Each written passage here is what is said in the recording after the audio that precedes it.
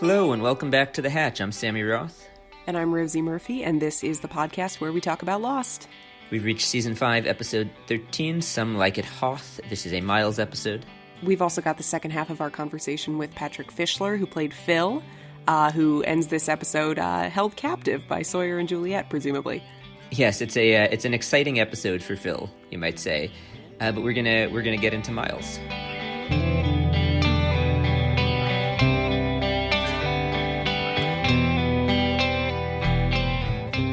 We start every episode of The Hatch with our hot take about the episode of the week. Sammy, what is your hot take about Some Like It Hoth? So, one thing that I had not noticed or not remembered from this episode is that when we first see Miles, he's reading an edition of Sports Illustrated.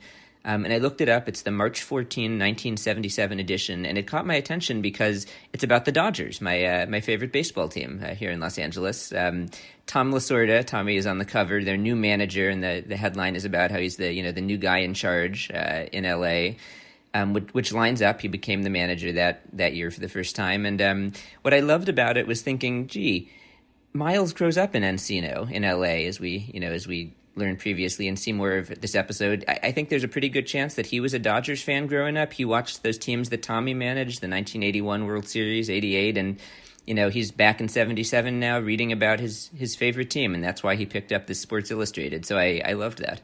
I made me identify with Miles.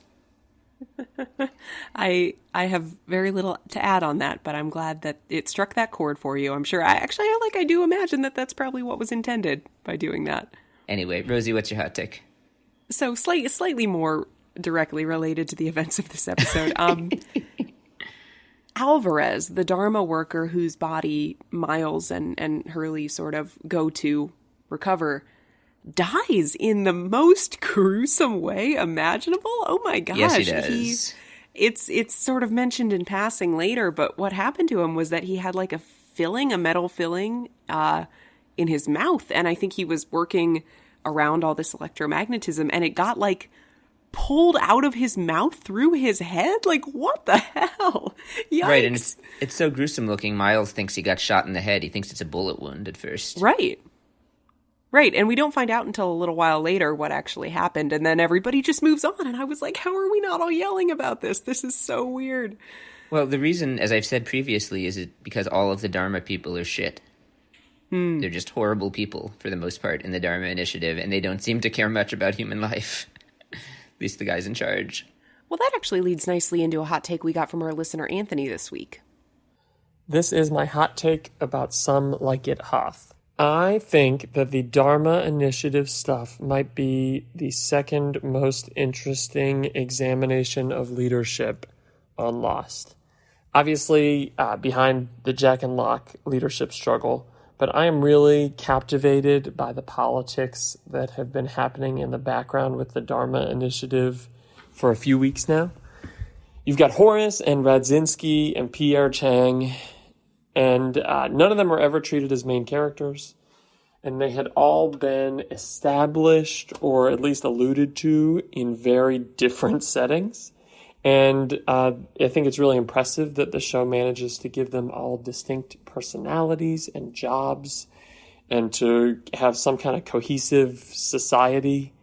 And obviously the Dharma Initiative has this reputation as being hippies and also scientists. And also there's the extended universe stuff from previous seasons, and it looms large with fans. And I think it's really impressive that the show manages to tell a cohesive story about this group and its politics.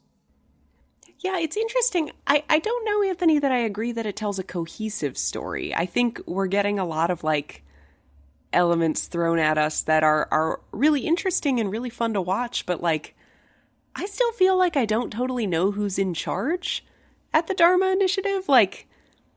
There are ways in which it seems like maybe it's Horace. Horace was the one who sort of led the meeting when they decided that Saeed should be executed. But Pierre Chang is sort of leading the science mission, it seems. Not totally sure where Radzinski fits into this or how. But maybe that's okay. I mean, maybe the fact that they all work together is sort of enough of a jumping off point to get into some of that stuff. Either way, I think it's great.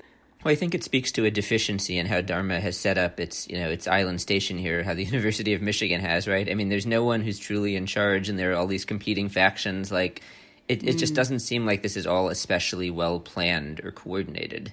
I mean, Horace, bringing Miles into the quote-unquote circle of trust, which one is pretty funny, because these people are just so full of shit.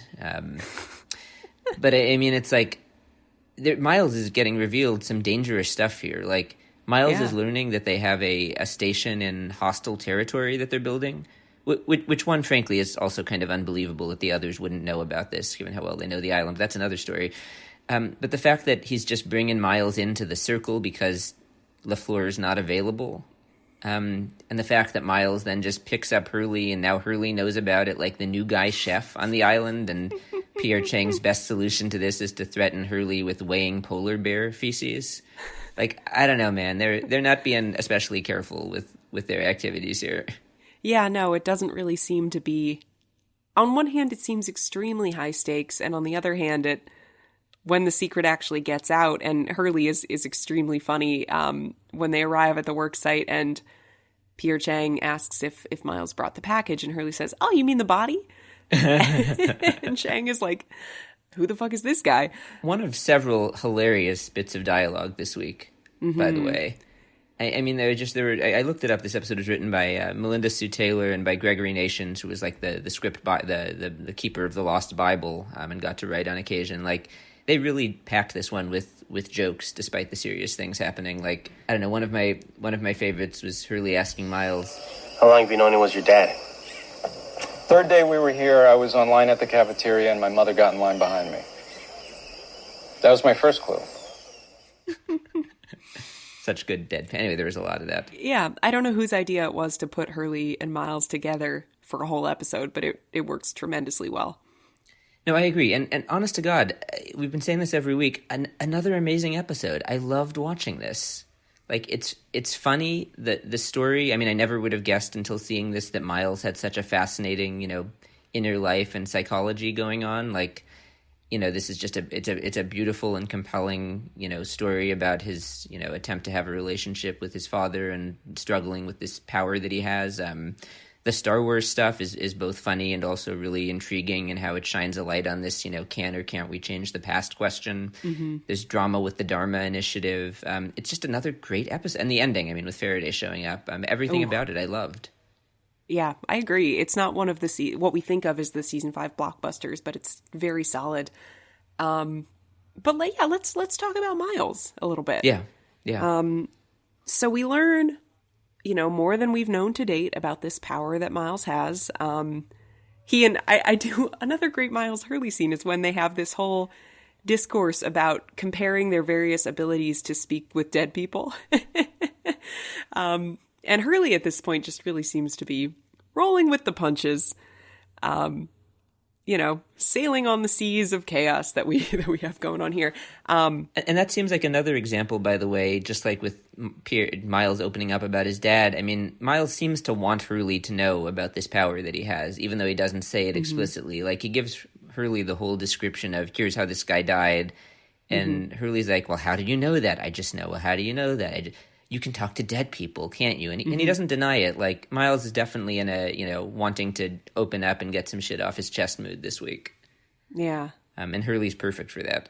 I mean, you mentioned this. The underlying emotional tension of this episode is Miles growing up believing that his father had, kicked them out, didn't want to be a part of his life, and, finding out while his mother is on her deathbed that he was, buried in a place that you could never go, which is, of course, the island.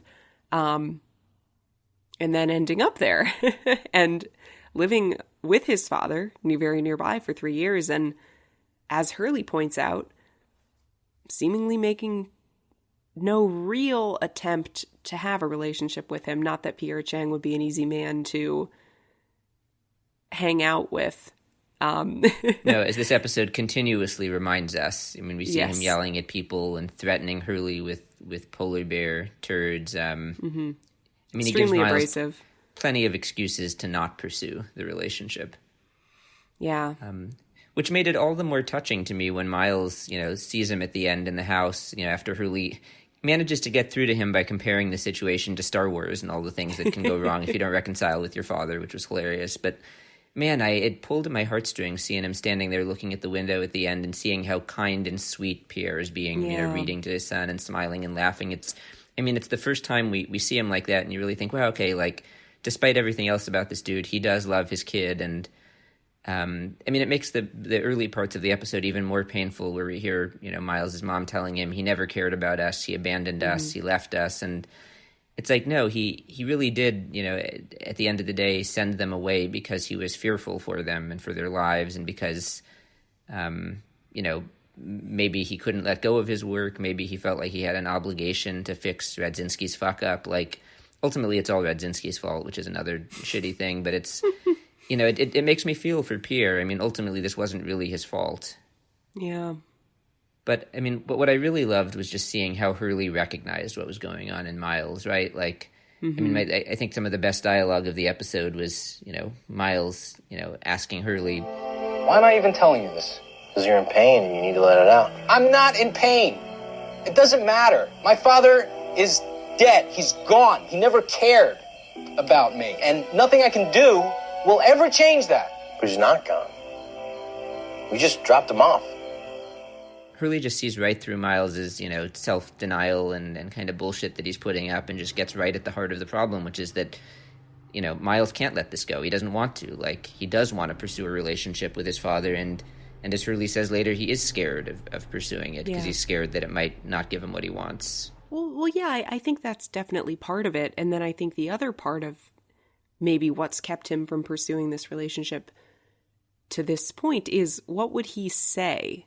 How would he approach Pierre and say, oh, by the way, I'm your son, who's also concurrently an infant?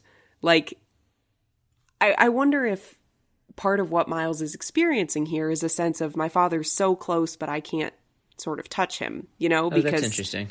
I can never go to him and say, I'm your son, because it would open up this whole can of worms. He wouldn't believe me. It might expose us. They're still living basically in disguise among the Dharma initiative, right? And there are all kinds of other reasons that that's not sort of practically an option, I think, in addition to his own emotional reasons, which I think are real, and Hurley correctly identifies, as you said. Yeah, that's interesting. I guess I had been thinking that, what Hurley has been alluding to more is that maybe Miles should just, like, strike up a friendship with the guy. Well, right. And it feels somehow worse to me to think about Miles having a quote unquote relationship with his father that's just like they're coworkers. What he says in one of the flashbacks when he goes back to the father whose son has died and who's called upon Miles to confirm that the son knows that his father loved him. Miles goes back to him, returns his money, and says, if you wanted your son to know that you loved him, you should have told him while he was alive. And I think that's the most telling part of this episode in terms of what Miles wants is a relationship with his father, not any sort of relationship with the man Pierre Chang. I mean, he wants a father. Right. And I gotta think it was easier for Miles when he did believe that his father never wanted to be a part of their lives. It's simpler to go with that narrative of, well, okay, my father didn't want me, and it's heartbreaking. I mean, obviously, but it's so much more complicated to say, oh, that man is my father. He's abrasive. He's clearly like a very dedicated to his work, possibly to a fault. He likes country music. Yeah, he's like this full and complex person, and he's right there. And I don't know, do you want to just be coworkers with the person you have longed to have a relationship with? I don't know. That just feels sad and like stuck between a rock and a hard place here. That's totally fair. You're totally right. I mean, but it's interesting. It's simpler, but clearly Miles does have this greater need. I mean, I think there were two interesting moments here, and one is at the very end of the episode when Pierre comes out of the house and says to Miles, "I need you." And obviously he's talking about, "I need you to join me at the docks." But Miles is sitting there still looking super vulnerable, and he says, "You do?" In this way that, he means it in another way. Like, he wants his father to need him in the way that he needs his father. But then, the other one, and what I think, the scene that stands out in my mind the most from this episode is the scene with Bram and Miles, and when Miles gets kidnapped, which is a great scene for a bunch of reasons that we should discuss. But the moment where Bram says to him, "We're not paying you anything. All the money in the world isn't going to fill that empty hole inside you, Miles." I remembered that line, but what I'd forgotten was Miles's response, kind of quietly. He says, with sort of no emotion, he says, "That's sad, isn't it?" Like he sort of recognizes how sad it is that this is who he's become, a person who, this is my interpretation, that he realizes, like, wow, I'm a person who only cares about money. I'm willing to sell myself out for any cost. I'm pretending that I don't have emotional needs, that I don't know there's this hole inside my heart, even though I do know. And he says, "That's sad, isn't it?"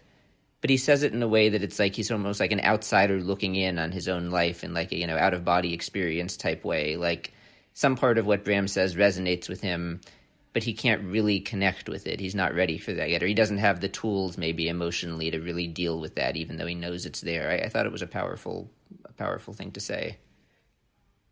Yeah, I think these are all different sides of the same coin. He doesn't have the tools to deal with it. I don't think he particularly wants to.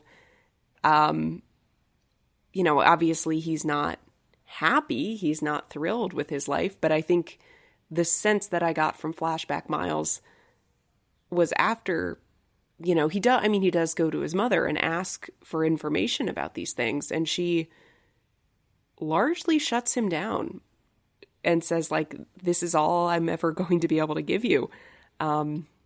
Is this really, really sort of sad but simple version of this?" And well, I think you're right. That's when he makes the choice that he's going to shut down himself and not dig any further and sort of try to wall himself off from that part of him that wants more, because that's what his mother does. I think he sort of takes her lead.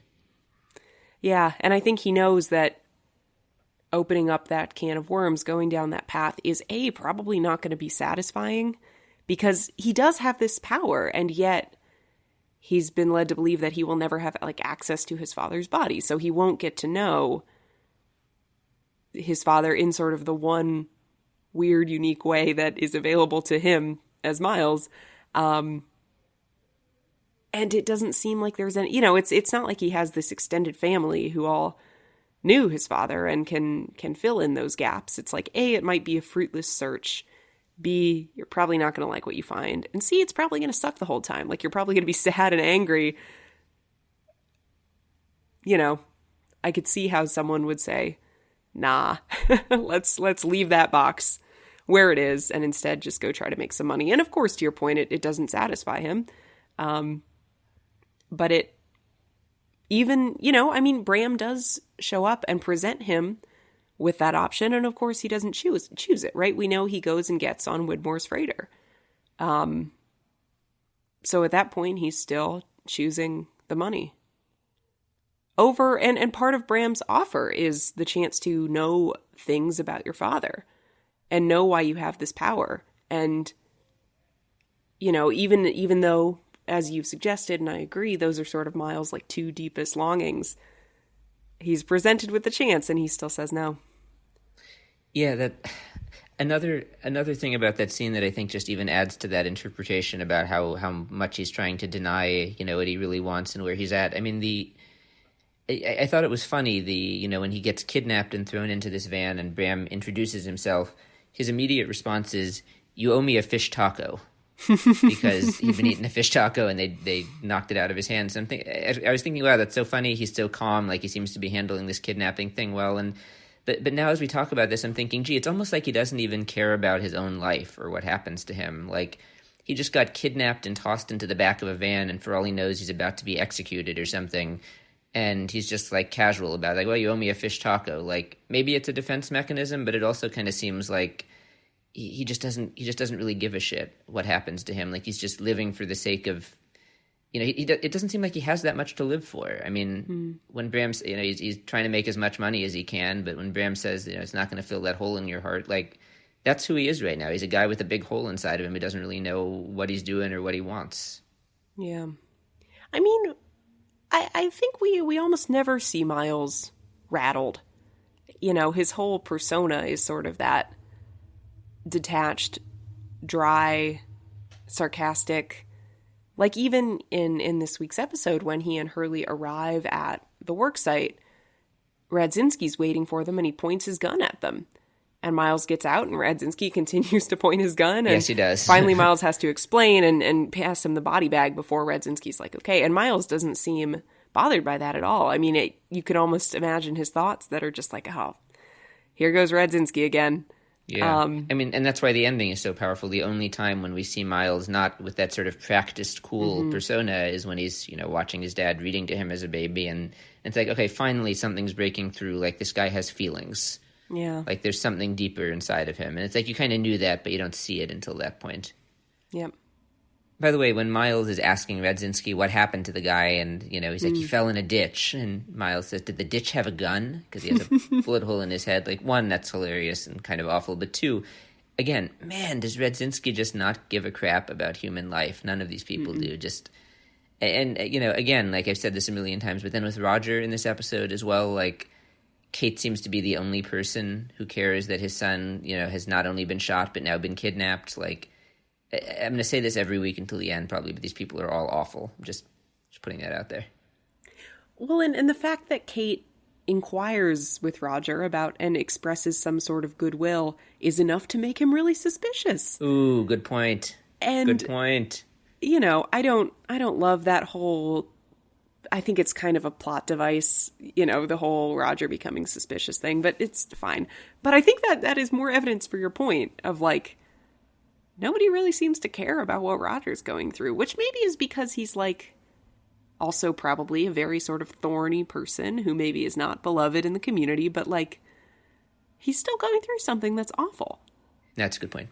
Yeah, but anyway, I did think, you referenced the scene where he goes back and, gives the dude's money back that he had cheated in the flashback. And, gosh, the first time, that when you watch that first scene, it's like, wow, he's just exploiting this guy. Like, not only is he, telling him it's going to cost even more, he's doing that despite knowing that he's not actually going to be able to do what the guy wants. And then when he goes back, it's like, okay, this is nice. He's going to own up and give the guy his money back. But somehow it's even more brutal when he, it's like he's dumping his own emotional shit on this guy rather than dealing with it himself. He's going back to this dude and yelling at him, well, you should have told your son that you loved him while he was alive, which is the absolute last thing that this guy wants to hear. And really, it's what's going on with Miles, right? I mean, Miles wants to hear that his dad loved him.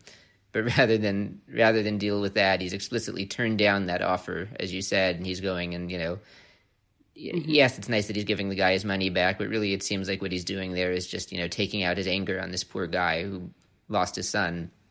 I don't know, it was somehow even more brutal in the first scene.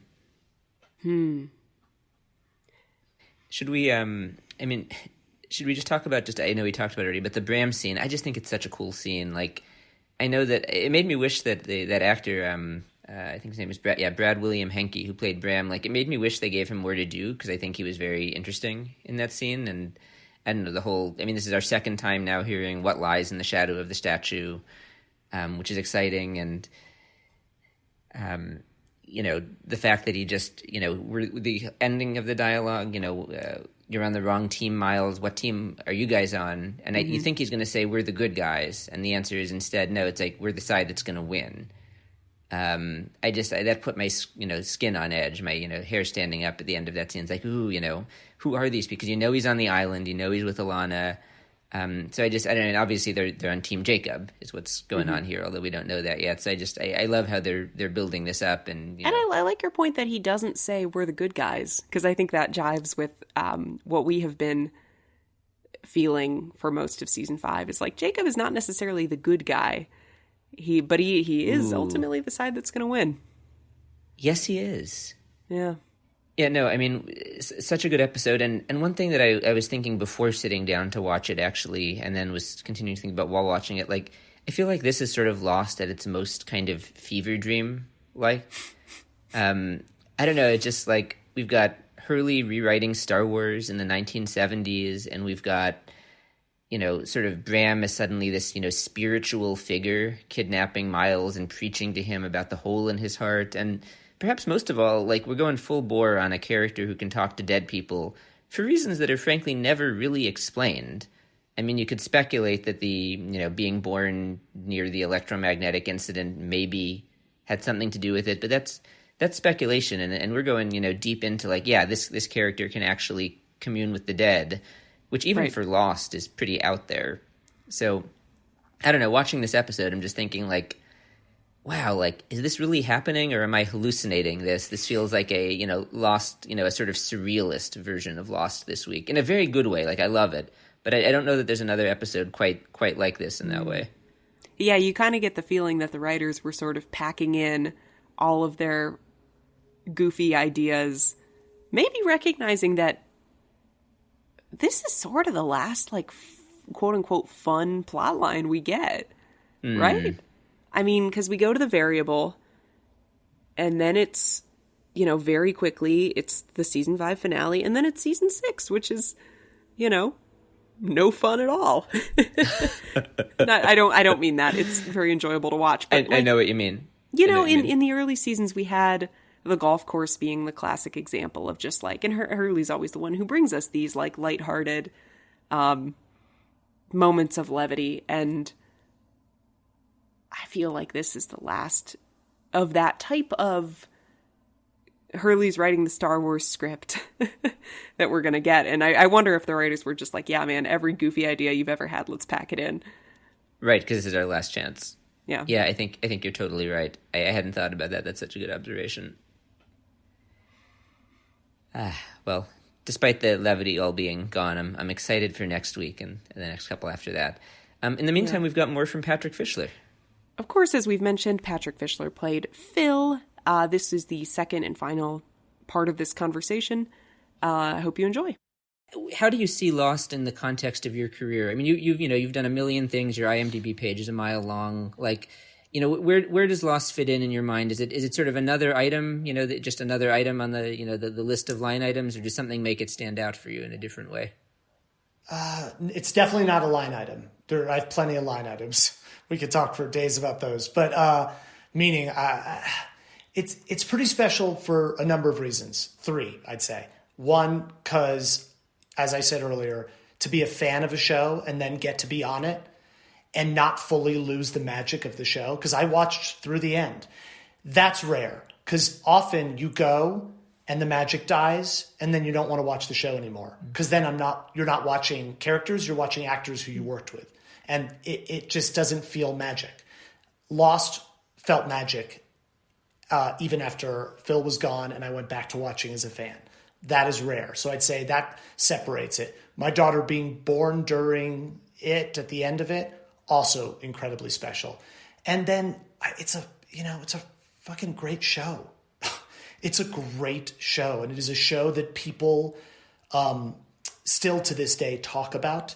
I can't wait to show it to my daughter. She's going to love it because she loves TV. We watch so many shows together, and I'm waiting until she's a little older, but it just lasts. I think Lost is a show that in 20, 30 years, people will be, if they talk about me, it'll be one of the things they list that I was on. And I think that's pretty special. Yeah.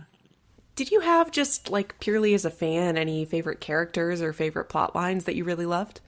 Well, I don't know. I don't know what your guys' thoughts are. I love the finale. I was a huge, huge fan of the finale. I was mad at people who didn't like the finale. I was a sucker for emotion. The show was always about emotion. It was not about polar bears.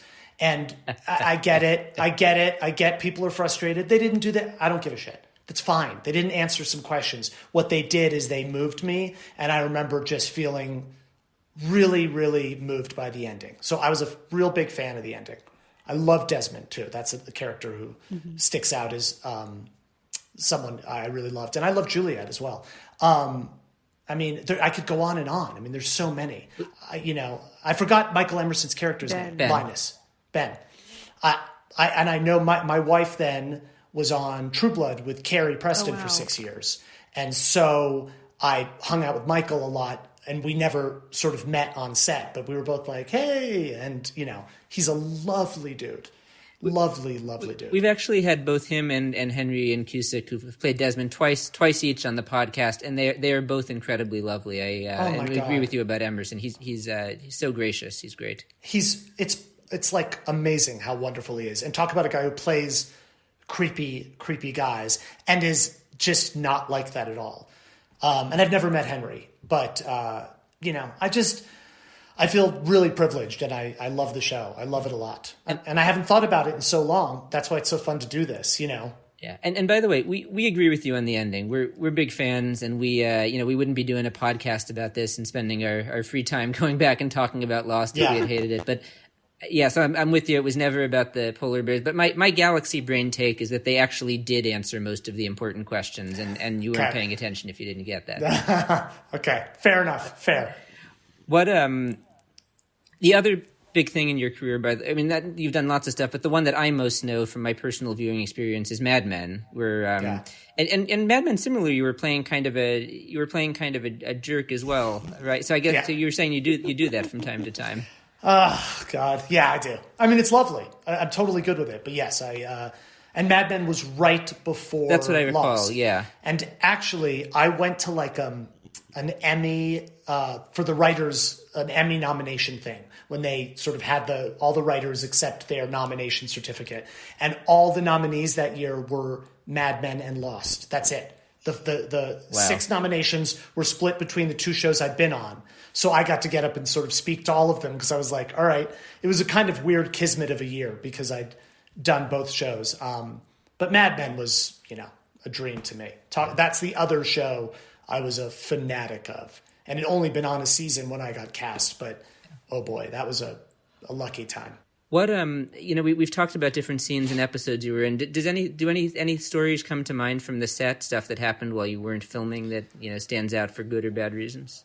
No, I think what I would say is a lot of sitting around talking, and it was at a time that phones were obviously everyone had a phone, but Twitter had just started, like social media. It wasn't as big a thing, so we all still talked to each other as opposed to.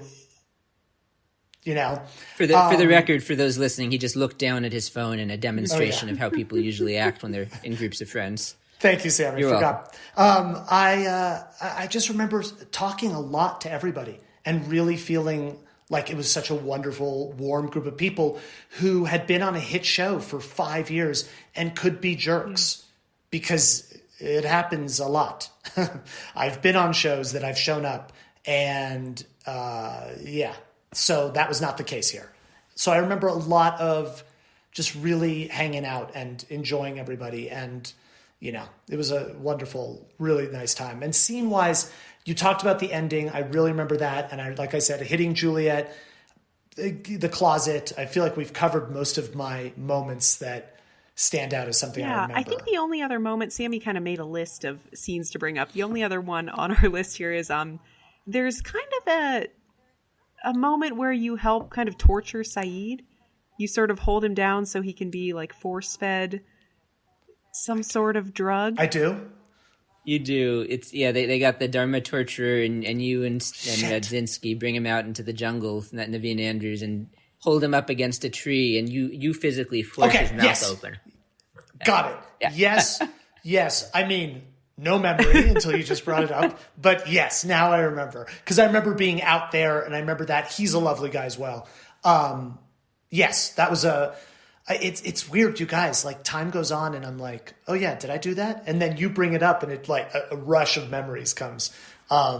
I do remember vaguely doing that. It's kind of brutal to watch because beloved character, and you and Eric just are you put some psychedelic in his mouth or something. Yes, totally. Oh my God, I forgot that. Yes. Oh my God.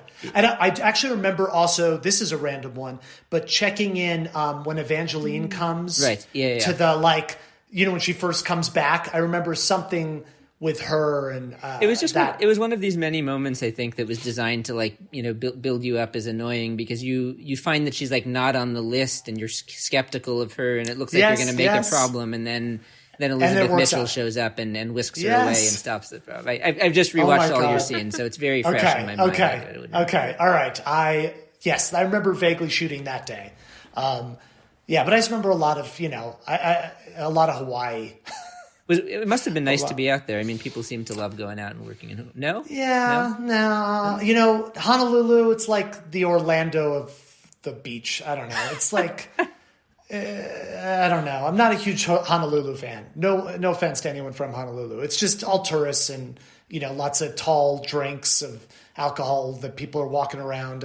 But the other side of the island where we shot a lot, beautiful. Absolutely beautiful. So yeah, that was nice. Were you mostly doing your scenes out at that village they had out there? Because I assume you probably did a little stuff on set, but we did. No, I did any of like the kind of interiors, like the submarine. But we used a submarine actually. We used we actually went into a submarine. Yes. I remember there was one. Yeah, there's one scene where you take Kate, Evangeline, into the sub. But I didn't know that they had an actual sub out there. Yeah. So we did that. So there was some sets, like the jail stuff. That was all sets. But most of it, I went to the other side of the island. Yeah. Right, where they had that physical village out there that they exactly. kind of that's got to be the coolest. I just think it's neat that place really people can visit there. People still go and pay homage to Lost there. Yeah. Seriously, I didn't know that. Okay, all right, that's awesome. What do you hear from? I mean, I know lots of people who are involved in Lost get this. Did you have at the time, or do you still have that experience where someone stops you on a street or sees you on an airplane and wants to talk Lost? What do you hear from people? What do they say? It's so funny. I would say, I get stopped frequently, and it's usually like, "Hey, you're that guy." So it's that guy is the first thing I get stopped for. But Lost-wise, it's usually people saying, "Oh my God, man, you were such a jerk." That would be what I get. And I'm always like, thank you so much. Mainly I also just get a lot of people being like, they either ask me what I thought of the ending, and it's usually people who didn't like the ending asking me what I thought of the ending. Or it's people just being like, oh man, that show is so great. And recently what's been cool is a lot of my friends have called me being like, dude, I'm watching Lost with my kids. They'd never seen it before. So there's been a lot of passing on the generation. Or my kids were watching Lost. They ran and they're like, Pat's on TV. So there's a lot of that, which is really nice. That's really sweet. I didn't know there was a new generation coming into Lost. Oh, for sure. Beautiful. I mean, you guys, that's going to happen with all of these shows. And Lost is definitely one of them. Because I think it's on Netflix, right? Hulu now. Or is it Hulu? Okay. So wherever it is, that's, people find it and then they start to get into it. Oh, yeah. Good. I guess we're young enough and haven't had kids yet, so we haven't thought about that ourselves. It'll happen. It's a weird thing that's happening to me with my daughter where we are showing her stuff we've loved and watching her sort of enjoy it. And then she goes off. Like The Office, she just watched 9 seasons of The Office. And she was like, oh, my God. So it's fun to do. So she was born as you were finishing. So she would be what, at 13 in a few months or 14? No, she's 11. 11. Okay. Oh yeah. I'm getting the seasons wrong. Yeah, 11. Okay. Yeah, maybe 11. A teeny bit young for Lost. That's why we're pretty close. I mean, she watches like Sabrina and which is pretty intense. But it's just more the mythology of it and how it's also, you guys, kids are not used to 22 episodes is like, what? When she watches a show that has 22, she loses her. She's like, "This is too many." And I say, "It is too many." I'm a big one for look, 8 to 13, perfect. I'm still into the 22 episode arcs. I guess I'm an old fashioned TV type. I was born in the last generation to experience that, so I miss it a little bit. But do you? That's so funny because I grew up only with 22 all the way through my late 30s, but. Something now I'm like, I feel like story can move faster. Well, I mean, I think Lost kind of helped start that trend, at least from what we've been told, where they made that deal where they got the 3, 16 episode seasons for 4, 5, 6. That seemed to be an accelerating moment. You guys, that was a big deal back then. That was a really big deal because people were not doing that. Yeah, well, you got to be a part of it. Yay. What else we got, Rosie? We missing anything here? I mean, we typically ask just by asking, what are you working on now? Is there, if you're able to work, anything in the pipeline? Well, no, I'm waiting. I'm on a show called The Right Stuff. It's on Disney Plus. Oh, cool! Yeah, that's. I've seen the movie, the 1980s movie, but I haven't seen the new show. Yeah, it's the Mercury 7. So we're Disney Plus. All 8 episodes are there. Go watch it. We're going to find out soon if we get to go do season 2. I'm a real dude. I'm a guy, and I'm not an asshole. I'm the guy who started NASA. Bob Gilruth is his name. It's nice. Pretty incredible. The show's great. It's fun and awesome. So I'm waiting to see if we get to do that again. And right before pandemic, I did a couple of episodes of a new Netflix show actually starring Eric Lang. Radzinski. For those listening. Called Brand New Cherry Flavor. And so I hadn't seen Eric since Hawaii. So I went up to Canada in February, March last year and hung out up there for a little bit. So yeah, it's fun. Cool. Well, we really appreciate you taking the time to talk with us. I hope this has been enjoyable for you because we love hearing people's stories going back. It's total memory lane in a really lovely way. I mean it. Like, I feel excited and it was a total joy to do this. Good. One very last thing. I meant to ask you this earlier. When you had to do the reschedule and to move that shooting up, was that Jean Higgins making that happen? Yes. We talked to Jean a couple of years ago. She's great. She's amazing. It was all Jean Higgins. I mean, look, Carl, everybody else had to kind of agree to it, but it was all Jean. All Jean, and I will never forget that because it does that. We'll talk about another thing that doesn't often happen, and she did it. She probably hated me a little bit at the time, but she did it. Patrick Fischler, you can see him on The Right Stuff, and I'm forgetting the name. It's a cherry, something about a cherry. Brand New Cherry Flavor. Brand New Cherry Flavor. Thank you. Brand New Cherry Flavor on Netflix. Thank you so much, Pat, for doing this. You guys, thank you. That was awesome. Seriously. I love all of our interviews. It's so much fun to talk to people about their memories of their time on this show. Patrick is no different. Indeed. I love talking with Patrick. And next week we've got Mark Pellegrino, who plays Jacob, for the next 2 weeks, actually. So stick around for that, starting with The Variable. If you would like to call and leave us a hot take about The Variable or any other upcoming episodes, you can do so by calling 9546-DHARMA. If you're outside the United States, just add the number 1 before that. You can also find us on social media. We're on Twitter at The Hatch Podcast, Facebook.com/The Hatch Podcast. Send us a message. Let us know what you think. If you like the show and wouldn't mind rating and reviewing us on the listening platform of your choice, we appreciate it. It helps other people find the show. Our theme music is by Andy G. Cohen, and our cover art is by Danny Roth. See you next week. Namaste.